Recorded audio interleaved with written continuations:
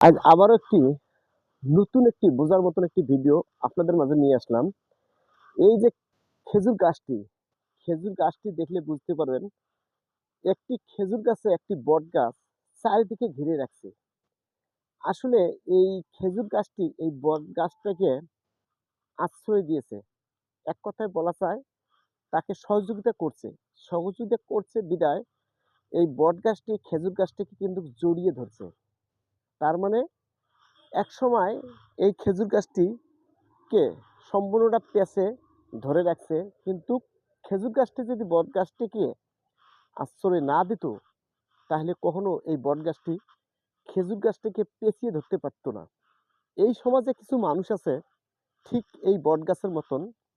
মানুষকে যখন আপনি আশ্রয় দেবেন তখন কিন্তু তারা আপনার মাথায় চড়ি বসবে। তখন এদিক সেদিক চাইবো না, আপনারে ক্ষতির তালে থাকবো। কারণ এখানে যে খেজুর গাছটি বটগাছটি যে পেঁচিয়ে ধরছে, ঠিক কিছু মানুষ আছে বাস্তবতার সাথে আপনি যাকে আশ্রয় দেবেন, প্রশ্রয় দিবেন, এই মানুষগুলো আপনার ক্ষতি করতে থাকবে এবং ক্ষতির তালে থাকবে। মনের ভুলে কাউকে বেশি মূল্য দেবেন না, কাউকে বেশি আশ্রয় দেবেন না। ঠিক আপনাদের দশা হবে ঠিক এই খেজুর গাছটি বট গাছের মতন।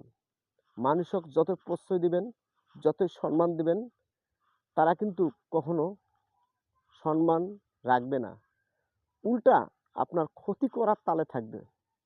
এখান থেকে একটা শিক্ষা অর্জন করবেন, কারণ মানুষকে মাথায় তোলাও যাবে না, বেশি সম্মানও করা যাবে না, তাহলে আপনার বিপদ 110% আছে। আজকের ভিডিওটা বোঝার জন্য করলাম বট গাছ এবং খেজুর গাছ মানুষক নিয়ে। এখানেই শেষ করলাম ভিডিওটা। ভালো থাকবেন।